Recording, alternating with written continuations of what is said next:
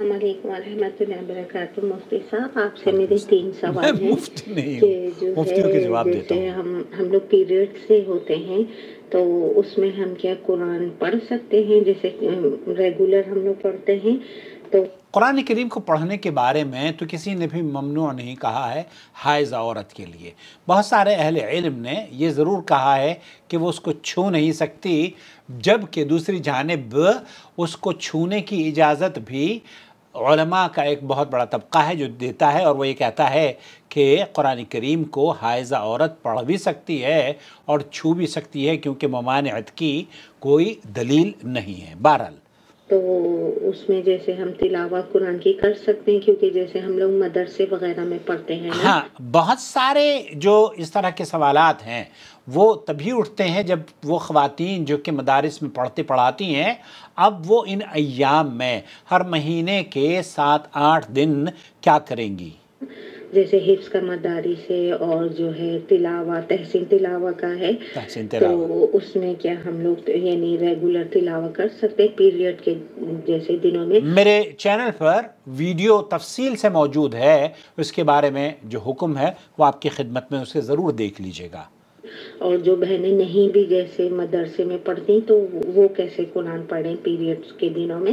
پڑھ سکتی اور ہیں، میرا پڑھ دوسرا سکتی ہیں۔ سوال یہ ہے کہ جیسے ہم اتحیات کے لیے تشہد میں بیٹھتے ہیں، اتحیات ہمیں جو حرکت دینی ہے یہاں بات کی جا رہی ہے، بلکہ آج بھی میرے پاس ایک سوال آیا، ہمارے ایک عزیز ہیں سہیل صاحب، ان کی بہن اور والدہ عمرے کے لیے تشریف لائی ہوئی تھی، تو انہوں نے بھی مجھ سے آج فون کر کے آنی نے پوچھا کہ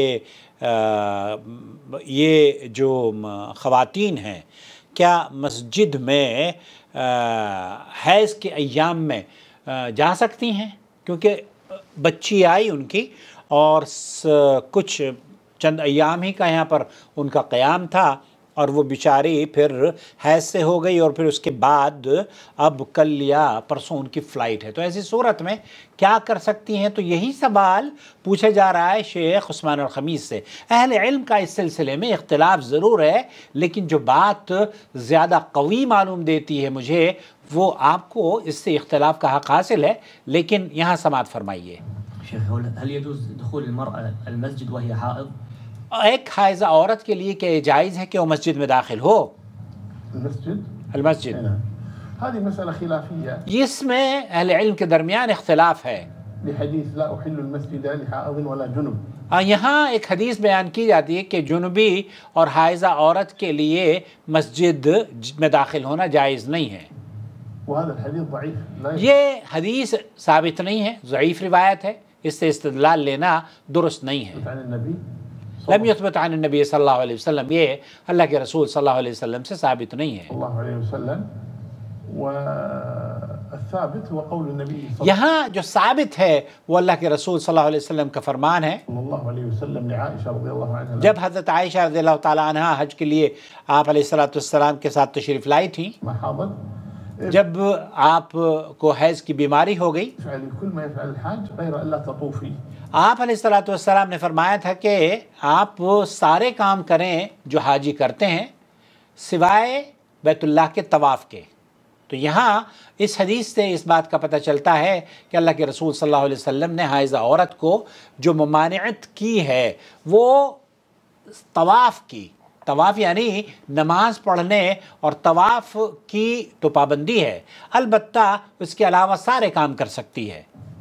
قالوا وما يفعل الحاج دخول المسجد اما دخول المسجد یا مسجد الحرام میں داخل ہونا، تمنع من الطواف۔ یہاں مسجد میں داخل ہونا اور بات ہے، اور طواف کرنا دوسری بات ہے۔ تو طواف اس کو عورت کو نہیں کرنا چاہیے، کیونکہ منع اللہ کے رسول صلی اللہ علیہ وسلم نے منع فرمایا تھا، لیکن مسجد میں اگر داخل ہونا چاہے تو وہ داخل ہو سکتی ہے۔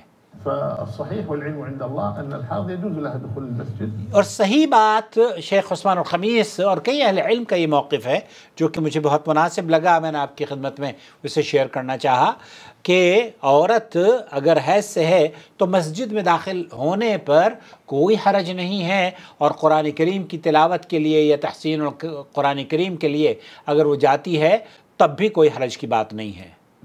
ولو كانت حائضا ولو كانت حائضا، حائزہ عورت ہی کیوں نہ ہو، لكن لا تصلي، لا تصلی، تصلي طالما انها حائض. جہاں اگر عورت حائزہ ہے تو پھر اسے نماز نہیں پڑھنی چاہیے۔ مجھے امید وضاحت ہو گئی ہوگی ان بہنوں کے لیے خاص طور پر جو قرآن کریم کی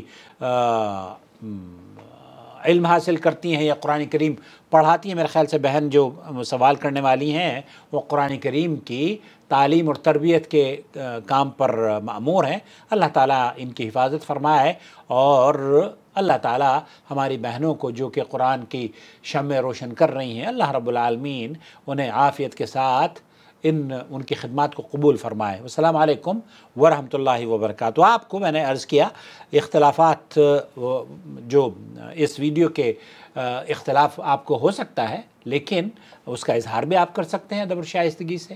تو اہل علم کا اس سلسلے میں اختلاف ہے، لیکن یہ رائے زیادہ قوی معلوم دیتی ہے کیونکہ ممانعت کی کوئی صحیح دلیل موجود نہیں ہے۔ تو حائضہ عورت مسجد میں جا سکتی ہے، صرف طواف کرنے پر پابندی ہے۔